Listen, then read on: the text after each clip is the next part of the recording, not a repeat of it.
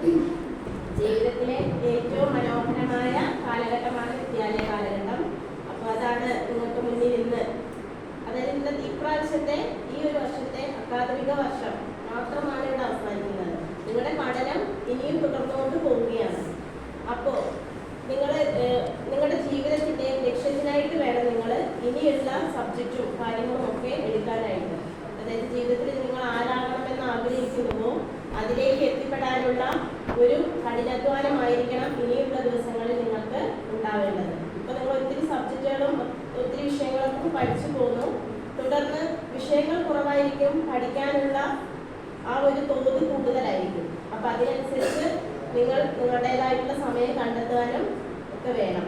അത് മാത്രമല്ല നല്ല മക്കളായിട്ട് വളരാനും നല്ല സ്വഭാവമുള്ള മക്കളായിട്ട് വളർന്നു വരുവാനും ആശംസിക്കുന്നു.